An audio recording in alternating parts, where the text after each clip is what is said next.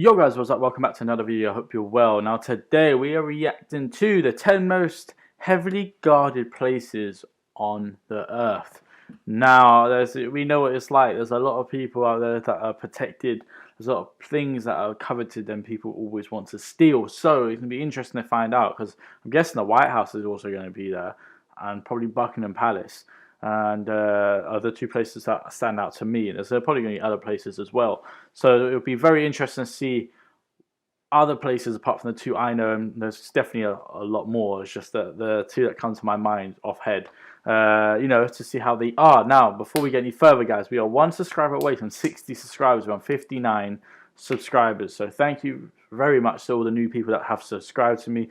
Welcome to the family. And please invite any more of your friends or anyone else to come in to the family, because we're trying to get to 100 subscribers as quick as possible. We're nearly at 60, so let's see if we can get to that 60 mark, and we're pushing on to 100. That is the way to go. So please hit that like button down below.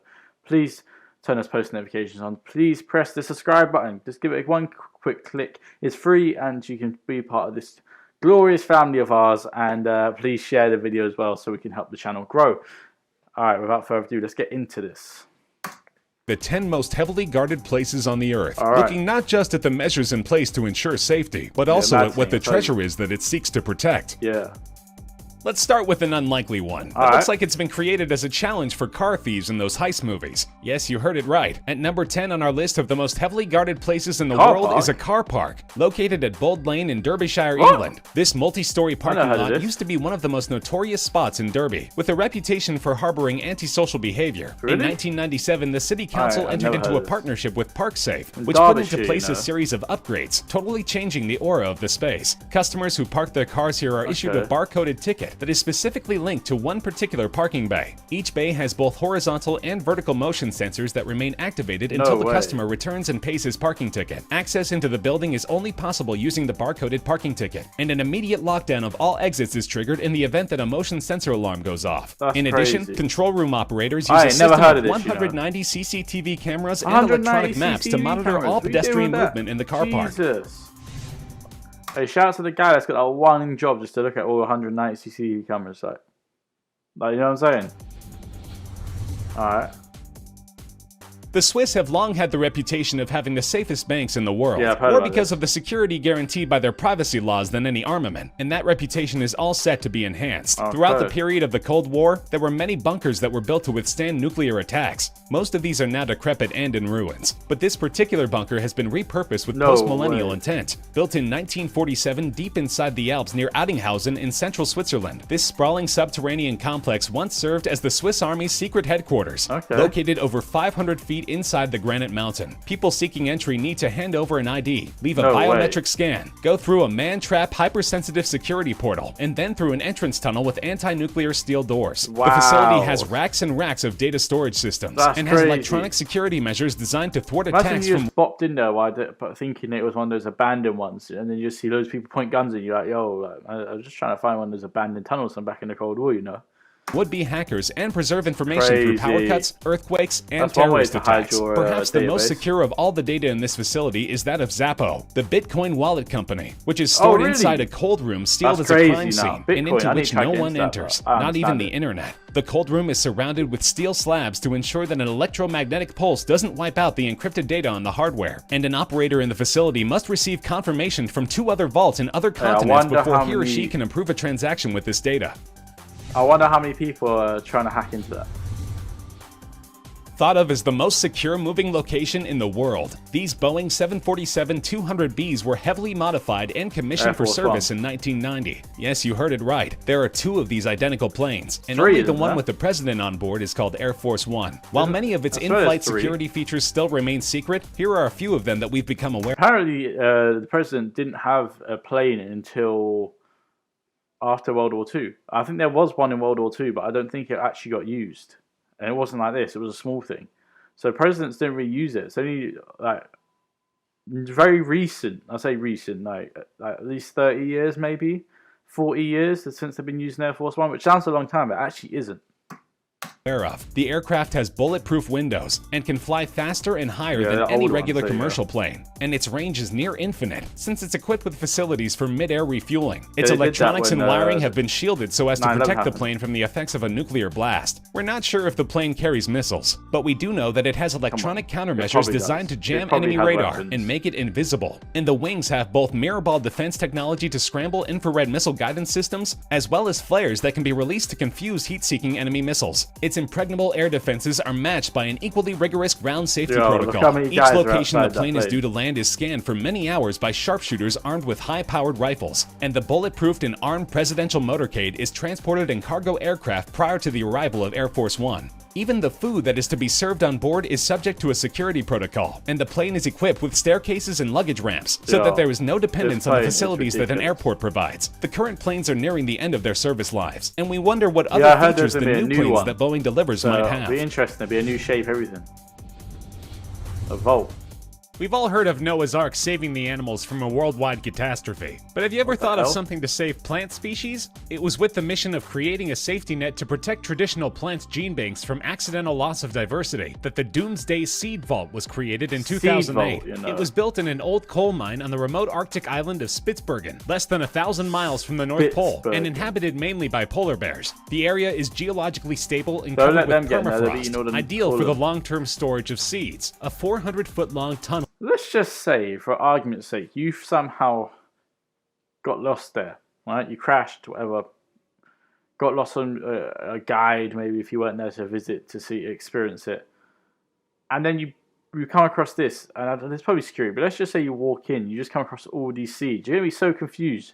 In the middle of ice, just seeds just sitting everywhere. With airlocks at both ends leads to 3 refrigerated chambers, each 90 feet long, 30 feet wide, and 16 feet high. Only one of these is currently in use, and houses over 890,000 varieties of seeds, packaged in 3-ply foil packets and heat-sealed to exclude moisture. The concave tunnel head is designed to deflect the force of a missile strike, and there are 5 levels of locked doors between the entrance and the seeds. The 1-meter-thick steel-reinforced concrete walls, together with the negative 18-degree centigrade temperature maintained in the vault, ensure that the structure and the seeds within will remain for thousands of years. But had the designers accounted for the havoc that climate change could cause? In 2016, melting of the permafrost caused water to flood parts of the entrance tunnel, though the seeds remained unaffected. The Norwegian government has recently announced that it will be upgrading the vault, including service buildings to house emergency power and refrigerating units. Okay. At numbers 6 and 5 of this list are also vaults, but of a different nature altogether. These structures have, in the popular imagination, become synonymous with the absolute high security associated with guarding much of the world's gold, as well as some of America's most priceless treasures. Fort Knox in Kentucky has nearly 30,000 troops and 300 tanks, armed personnel carriers, attack helicopters, and artillery available for its protection. As if this were not enough, the building itself is protected by 4 layers of barriers, motion sensors, and electronic surveillance. The walls are made of 4-foot thick granite, lined with cement, steel, and fireproof material. The foundation is of cement and 10-foot thick granite, and the sealed windows are blast-proof, fireproof, and darkened. The front door weighs 22 tons and can only be operated when several members of the staff enter their combinations, changed daily. The vaults inside are 27 inches thick and made of steel and concrete by a company whose vault design reportedly withstood the atomic attack of Hiroshima. The Gold Vault at the Federal Reserve Bank of New York is located at the basement of a building 80 feet below street level and 50 feet below sea level. A comprehensive multi-layered security system protects the vault, the most important piece of which is the 90-ton steel cylinder that is placed at the only entrance. It is set within a 140-ton steel and concrete frame that creates an airtight and watertight seal when closed. Each compartment within the vault is secured by a padlock, 2 combination locks, and a seal by the auditor. Further security is provided by the time locks, the massive steel-reinforced concrete walls, the motion sensors, as well as the constantly monitored surveillance cameras. In addition to these special measures, the vault is protected by the building security system, as well as the armed Federal Reserve Police Force. That's ridiculous. DMZ. With defense features so iconic as to make it feature in James Bond's Die Another Day, the Korean Demilitarized Zone is a narrow strip of land 2.5 miles wide that separates North and South Korea. It extends for 160 miles from the Sea of Japan in the east to the Yellow Sea in the west. The area is fortified on both sides by chain link, barbed wire, razor wire, and electric fences. Tens of thousands of landmines and anti-tank mines are placed. apparently they don't even know how many mines are actually in the sand because they've been there for so long, and some have just shifted with just natural like wind, or just they're so old they've maybe fallen here. So they actually don't know where all these mines are. They can't map out where they all are. So you could just take one wrong step and gone.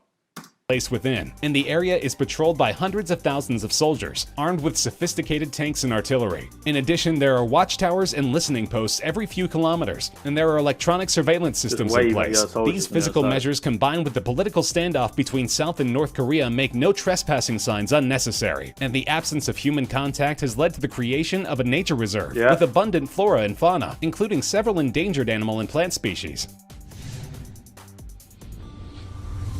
What's this? Ever thought of what an offshore haven might look like? One of the most intriguing places on this list. This place was built during World War II as a platform to house anti-aircraft guns. Oh, really? This 120 by 60 foot platform is located 60 feet above the North Sea, 7 miles off the northern coast of Britain. It was declared as the Sovereign Republic of Sealand in 1967, but it remained a place to hatch outlandish schemes on, until it was repurposed in 2000 to create a hyper-secure data fortress. And the only people who were permitted to enter were its investors, authorized personnel, and members of the British royal family. In addition to constant monitoring of surveillance cameras, armed guards would blow anyone off the platform, which was to be surrounded by mines and gunboats. To safeguard the servers, they were housed in pure nitrogen and could only be accessed using scuba gear. In 2008, the Haven Co. website went offline, and the facility was apparently shut down with no reason being given, and speculation is rife as to what this super secure location is currently being used for.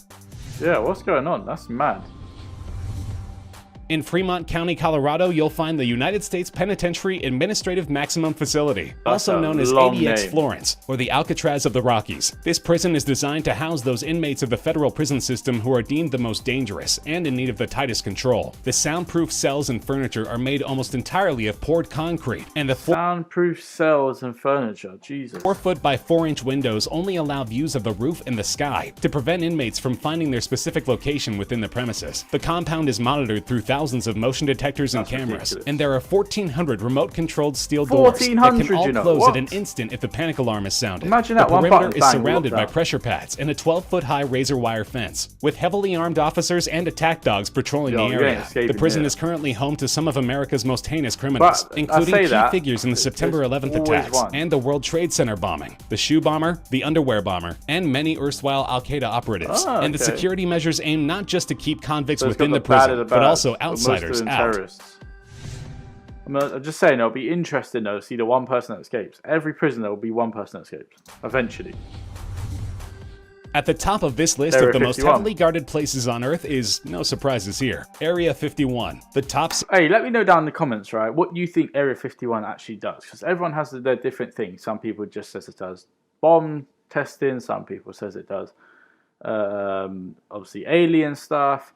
I don't know, man. I don't get why it's such a big secret of what Area 51 does, but I don't know. They definitely do some weird stuff, but I struggle to see the alien side of it. Maybe they do. I just struggle to see it. I don't know. Let me know down below in the comments. Secret U.S. Air Force facility in Nevada. Whether it's cutting-edge weapons research, black projects, or unidentified flying objects that occupy the region, we'll never know, owing to the blanket security coverage which shields the area. At first glance, it isn't much. A chain-link fence, a boom gate, some orange poles to demarcate the area, and many no trespassing signs which also prohibit photography. But the real security measures lie within the military area, which is a no-fly zone for almost all aircraft, including those from the nearby Air Force bases. Sensors are placed all around the perimeter of the base, and it is believed that these are sensitive. You can't even have your own Air Force fly over it. That's crazy. Enough to tell the difference between humans and animals. There is also constant patrolling by pairs of men in SUVs, whose role is to act as observers and deterrents, and who are sometimes reinforced by helicopters flying low. There are, of course, security cameras. A question: once if you take out the guys in the SUV, and then you get in the SUV and drive around like you meant to be there. Constantly scanning, and the Air Force has not made the task of observing the base any easier by withdrawing the surrounding lands from public use, especially those with elevated vantage points. That's our list of the 10 most heavily guarded places in the Earth. Did you agree? Disagree? I mean, they're interesting. I thought there would be a few more, like, you know, the White House and Buckingham Palace and that, but okay. There's some. Let me know down below which one you think's the most secure, the most dangerous one to ever get someone to break into. Yeah, let me know what you thought of this video. Also, please hit the post notification button. Please, so you know every time I upload a video, please hit the like button, please subscribe, and let's share this video so everyone can get this family up to 100 subscribers. It's a big thing if we can get there, and it'll mean a lot to me, so please help me out. Now, I hope you enjoyed this video, guys. I really, really do, and I'll be back very, very soon. So I'll talk to you guys in a bit. Peace.